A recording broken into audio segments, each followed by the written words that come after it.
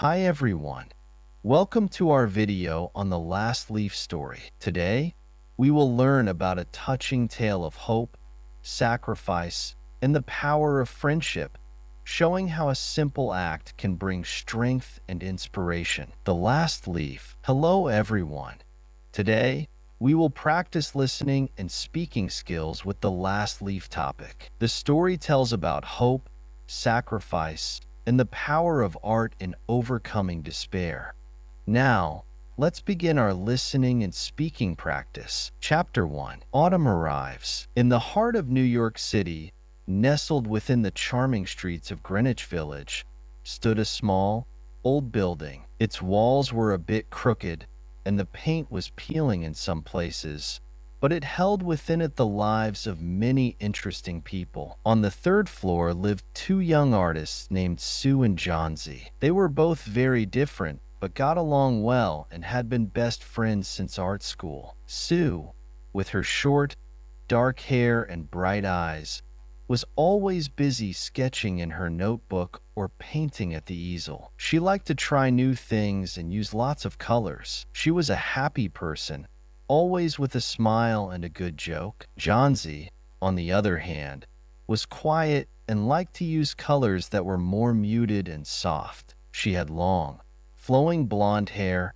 and was a bit more reserved. She was not as outgoing as Sue, but was always kind and thoughtful. She liked to draw portraits and had a good eye for tiny details. Their apartment was small but full of character. It had one main room where they both worked and slept. The furniture was old and mismatched, with a comfortable sofa, an easel with a half-finished painting beside it, and a work table which was always covered in paints, brushes, and papers. The windows, although a bit dusty, looked out onto a small patch of sky and the walls of the building opposite. The best part of the apartment, or so Sue thought, was its big bay window. As the months wore on, the city began to change. The air got cooler, the days got shorter, and the leaves on the trees outside started to turn from vibrant green to shades of yellow,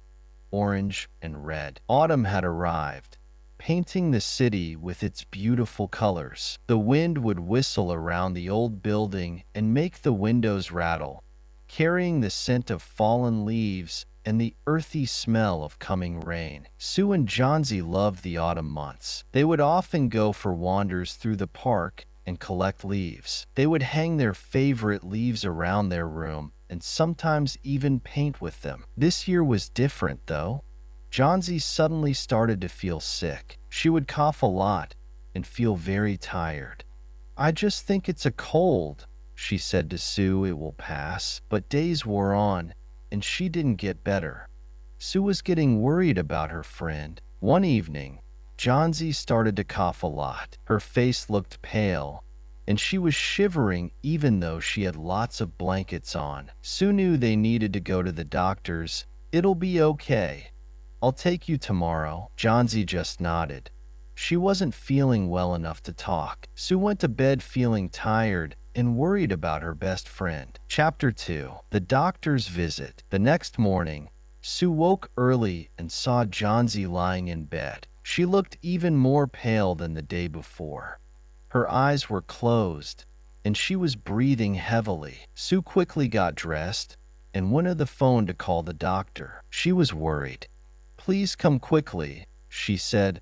"I think my friend is very sick." The doctor arrived not long after and immediately started to examine Johnsy. He used a stethoscope to listen to her lungs, took her temperature, and looked at her throat. Johnsy coughed a few times while he worked, and her face was very pale. She did not look well. After a few minutes, the doctor stood up and turned to Sue, his face serious. "I'm afraid your friend has pneumonia," he said. "It's quite bad and will take a lot of time to get better." Sue's heart sank. She knew that pneumonia was very dangerous. The doctor continued, "The chances of her getting better are 50-50. It's difficult at the moment. Her mind is not in the right space to get better." Sue took a deep breath. "What do you mean?" she asked. Well, the doctor said, I think she is giving up. She needs to want to live to get better. If not, I'm afraid she won't. Sue's eyes welled up with tears. She didn't want to believe what he was saying. She loved Johnsy and wanted her to be happy. Turning to Johnsy, she softly asked, Is that true? Are you giving up? Johnsy looked very sad and slowly turned her head to look out of the window. Yes, she whispered. I am going to die when the last leaf falls off that vine on the wall. Sue gasped. She couldn't believe what she was hearing. She looked out the window at the vine. It had many leaves, but because it was autumn, many of them had already fallen. The doctor explained that Johnsy's state of mind was very important to her recovery. If she doesn't find the will to live, he said, medicine alone may not help her. He gave Sue some medicine for Johnsy and said that he would return the next day to check on her again. After he left, Sue sat next to Johnsy's bed, trying to understand what she was saying about the leaves. Johnsy, don't be silly, Sue said. The leaves have nothing to do with you getting better. You are going to get better soon. You need to be positive. Johnsy just turned her head away from Sue, her eyes fixed on the window. She was silent. Sue knew that it would be hard to persuade her friend that she was wrong. She needed to find a way to give Johnsy hope. Sue desperately wanted to help her best friend. She took Johnsy's hand. I will help you be strong and beat this. I promise, she said softly. Chapter 3. Old Bearman. Downstairs in the same building lived Mr. Bearman, an old man with a long white beard and a grumpy face. Mr. Bearman had been a painter for many years, but he was not a very successful one. He had a high dream of painting a masterpiece, but he never seemed to find the right subject or inspiration. Mr. Bearman's apartment was even smaller and more disorganized than Sue and Johnsy's. It was full of dusty old canvases, messy paint tubes, and brushes that had not been washed in a long time. The walls were covered in sketches and drawings that never quite made it to a full painting. Mr. Bearman was a strange man. He was not very friendly and would often shout at people or complain about things. He drank a lot and was often seen around the building shuffling about with a grumpy look on his face. But deep inside, he had a soft heart and he cared about the people in his building. After the doctor left, Sue decided that she had to do something to help Johnsy. She knew that she had to take action before her friend gave up. She went down to Mr. Bearman's apartment and knocked on the door. He answered, looking annoyed, and said, What do you want? Can't you see I'm busy? Sue took a deep breath and explained that she needed to talk to him about Johnsy. My friend is very sick, Sue said, and she thinks she's going to die when the last leaf falls off the vine outside the window. She has completely given up. My friend is very sick, Sue said, and she thinks she's going to die when the last leaf falls off the vine outside the window. She has completely given up. She needs help. She needs to find the strength to live. Mr. Bearman listened to Sue, his grumpy expression slowly changing to one of concern. He didn't say anything, but instead just grunted. He knew that Sue and Johnsy were good girls and were very kind to him. He didn't like to see people suffer. It's not right, Mr. Bearman said with a sigh. It is ridiculous to connect your life to a leaf falling off a tree. I am going to go and see her. He stood up. The old man was showing how much he cared. He was showing kindness to a friend in need, even though he was a grumpy old man. He took his coat off a hook by the door, and they both walked upstairs to see Johnsy. They went into the girl's room, and Mr. Bearman looked over at Johnsy. She was lying in bed looking weak and pale. She had her eyes closed. He didn't say anything. He just looked at the vine outside of the window. There were not many leaves left, but this did not seem to bother him. He said goodbye to Sue and returned back to his apartment. Sue felt a little bit better knowing that she had someone on her side. She sat by Johnsie's bed watching her breath and continued to hold her hand. Chapter 4. The Falling Leaves. Days passed, and the autumn continued. More and more leaves fell from the vine outside the window, carried away by the wind. Johnsy became more and more fixated on the vine. Each day, she would count the leaves, her eyes watching them as they detached from the vine and fluttered down to the ground. 5, she said one day quietly. There's only 5 left. Sue didn't know what to say. She just kept a close eye on her friend. Sue desperately tried to distract Johnsy. She would bring her books, tell her stories, and even try to persuade her to eat something. But Johnsy refused to do anything. She would just stare out the window at the vine. Her mind was set on dying when the last leaf fell. Sue would watch her friend in sadness. She wished she could find a way to make her better. The weather grew colder and more dreary. The sky was often gray, and the wind howled outside. The building felt dark, even during the day, and the smell of damp leaves filled the air. The streets were quiet. No one wanted to go outside. The only thing that appeared to be constantly changing were the leaves falling from the vine. One morning, Sue went to take Johnsy's temperature. She looked out the window. It was gray and cold outside, and the wind was blowing the last leaves on the vine. There were now only 4 left. Johnsy's breathing was heavy, and she seemed weaker than ever. Sue felt helpless. She didn't know what else to do. She just wanted to help her friend. She couldn't bear the thought of Johnsy giving up. She picked up some of her art things and started to paint. She was working at the easel by the window, so she could keep a close eye on her friend and also the leaves. She started to paint her favorite flowers. This was a way she could express her feelings of sadness and worry to Johnsy. She started to cry as she painted, tears falling into her art supplies. She continued to paint, but her heart felt heavy. She wanted to help Johnsy feel better, but she felt unable to. She was running out of ideas. Chapter 5. The Night of the Storm. That night, a fierce storm raged through Greenwich Village. The wind howled like a hungry wolf, rattling the windows and shaking the old building. The rain came down in torrents, drumming against the glass and making the streets into small rivers. The sky was dark with gray clouds, and flashes of lightning lit up the room from time to time. The whole place was shaking. Sue and Johnsy lay in their beds, listening to the furious storm outside. Johnsy's eyes were fixed on the window again, watching the one vine and now only 3 leaves that were still hanging on. Each gust of wind made the leaves shake dangerously. Sue closed her eyes, trying to block out the noise, but it was no use. The storm was making her feel scared. She was already worried about Johnsy, and now this storm was making it even worse. Johnsy, who had been silent for most of the day, suddenly spoke. "I think it's going to fall tonight," she whispered.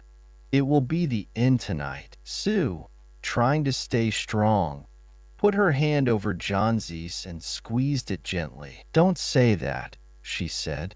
"Everything will be okay." She was trying to stay positive, but deep down she was very scared. The storm continued to rage.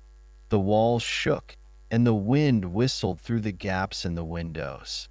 The sound of the rain was deafening. Johnsy tossed and turned in her bed, staring at the window, willing the storm to stop. Sue lay there beside her, trying to be strong, trying to think positive thoughts for both her and Johnsy. She kept looking over at Johnsy, making sure she was still there, still alive. The old building creaked and groaned under the strain of the storm. It felt like the whole place might fall apart. The sounds of the storm, the wind, the rain, and the building all came together to make the room feel dark and scary. The girls stayed awake for most of the night, waiting for the storm to pass and also waiting for the last leaves on the vine to fall. They both knew that if the last leaf fell, then Johnsy had given up hope and would not fight to live. Chapter 6. The last leaf remains. As the first light of dawn began to appear,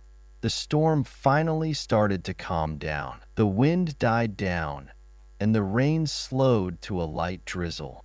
Sue got out of bed, her body feeling stiff and tired. She went to the window to check where the leaves had been. She was expecting to see nothing, but she couldn't believe her eyes. There, still clinging to the vine, on the side of the wall, was the last leaf. It was slightly battered and wet, but it was there. Sue could not believe it. After the storm, the leaf was still there. A feeling of hope and happiness washed over her. She couldn't wait to show Johnsy and tell her that everything would be okay. She rushed back to Johnsy's bed and gently woke her up. Johnsy opened her eyes slowly. "Look," Sue cried, pointing at the window. Johnsy followed her finger and was shocked to see that the leaf was still there. She couldn't help but sit up and look at it. It's still there," she said, her voice barely a whisper. She seemed very surprised. "Yes, it is," Sue replied. She continued, "Do you understand what this means? It means you have a chance. It means you can get better. It means everything is going to be okay." Johnsy looked at Sue. Johnsy looked at the leaf and then back at Sue. Her eyes were filled with a new spark of life. "You're right," she said. "If that tiny leaf can survive the storm, then so can I. I have to try. I want to be strong. I want to live. I don't want to die."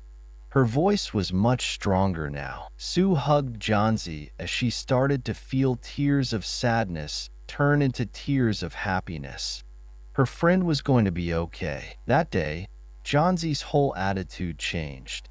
She started to eat a little, spoke with more energy, and didn't look at the window as much. She started to smile too, something that Sue hadn't seen her do in weeks. She was finally going to get better.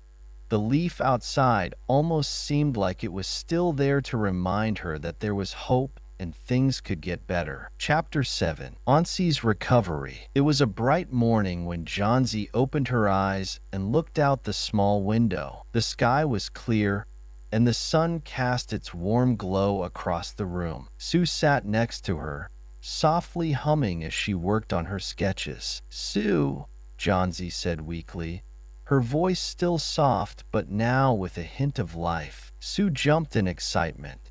"Yes, Johnsy?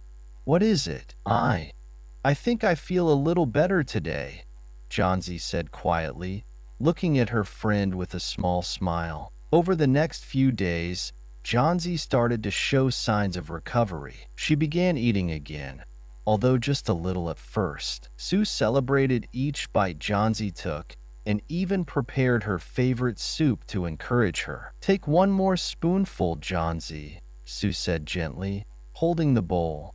"It will make you stronger." As days passed, Johnsy surprised Sue by sitting up in bed for short periods. Each day, her strength seemed to return just a little more. "I want to draw again, Sue," Johnsy said one morning as she looked at Sue working on her canvas. "I can't wait to create something beautiful like you." Hearing this, Sue couldn't hide her happiness.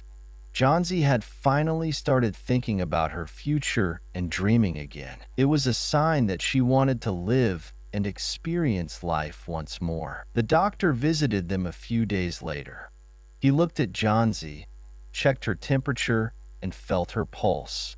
His lips curled into a smile. "She's on her way to recovery," the doctor said, nodding. "You see, with care and kindness, miracles can happen." Sue felt immense relief. She had spent so many sleepless nights worrying about her dear friend, but now hope filled her heart. Johnsy truly was getting better. Every day after that, Johnsy grew stronger. She no longer looked out of the window to count the leaves. Instead, she looked at Sue's drawings, talked about her own artistic ideas, and started feeling like herself again. Chapter 8: The Secret Revealed. One evening, as the sun set and the room filled with a soft orange glow, the doctor returned. After checking on Johnsy and confirming her continued improvement, he asked Sue to step outside. "I have some sad news," the doctor said gently. Sue's heart sank. "What is it?" "It's about Mr. Behrman," the doctor began. "You know he lived on the ground floor of your building. He fell very ill after that stormy night pneumonia." Sue gasped. The memory of that cold, harsh night flashed in her mind. "But why? What happened?" The doctor hesitated, then continued, "I was told he was out in the rain, working on something." Sue couldn't believe her ears. Mr. Behrman, the grumpy but kind artist who lived downstairs, had been outside on that dangerous night? Without wasting another moment, Sue decided to visit Mr. Behrman's tiny studio. She needed to know the truth. When she arrived, the room was filled with the smell of paint and turpentine. There was an easel in the corner, with an incomplete painting sitting on it. But what caught Sue's attention was the window. Through it, she could clearly see the ivy vine on the opposite wall. The last leaf was still there, clinging to the bare vine. No matter how much the wind had blown or the rain had poured, it had not moved or fallen. Sue's eyes filled with tears as she realized what had happened. She stepped closer to the window and looked carefully at the leaf. It was not a real leaf. It was a painting. Sue could see the strokes of green and yellow, the careful shadowing, and the incredible detail. Mr. Behrman. He had gone out in the freezing storm and painted this leaf to give Johnsy hope. Sue stood there in silence, her emotions overwhelming her. She couldn't believe the extent of Mr. Behrman's kindness and sacrifice. His selfless act had kept Johnsy alive, inspiring her to fight for her life. The next day, Sue learned that Mr. Behrman had passed away. The pneumonia he had caught that night had worsened quickly, and he had not been able to recover. As she sat by Johnsy's bed that evening, Sue decided to tell her the truth. "Johnsy," Sue began softly, "there's something you need to know." Johnsy turned to her, curious. "What is it, Sue?" "That last leaf you saw on the vine," Sue said, her voice trembling. "It wasn't real. Mr. Behrman painted it. During the storm." Johnsy's eyes grew wide, and she sat up slowly, staring at Sue in disbelief. "Why would he do that?" Johnsy asked, tears forming in her eyes. "Because he wanted to save you," Sue replied. "He knew you were losing hope, and he wanted you to believe, to keep fighting. He gave his life to give you a chance to live." Johnsy's tears spilled over as she thought about the old man who had lived downstairs. He had always seemed so grumpy, yet he had done something extraordinary for her, someone he had barely known. That night, Johnsy and Sue sat together, thinking about Mr. Behrman's incredible act of kindness. Though it was a sad ending, it was also a story filled with hope and love. "Sometimes," Sue said softly, "we don't realize the impact of small acts of kindness. Mr. Behrman gave us a gift, Johnsy. Let's honor his memory by living fully and helping others." Johnsy nodded. She felt gratitude fill her heart and a new determination to live her life to the fullest. And so, the ivy leaf on the wall became a symbol not of sadness, but of hope, love, and the power of selflessness.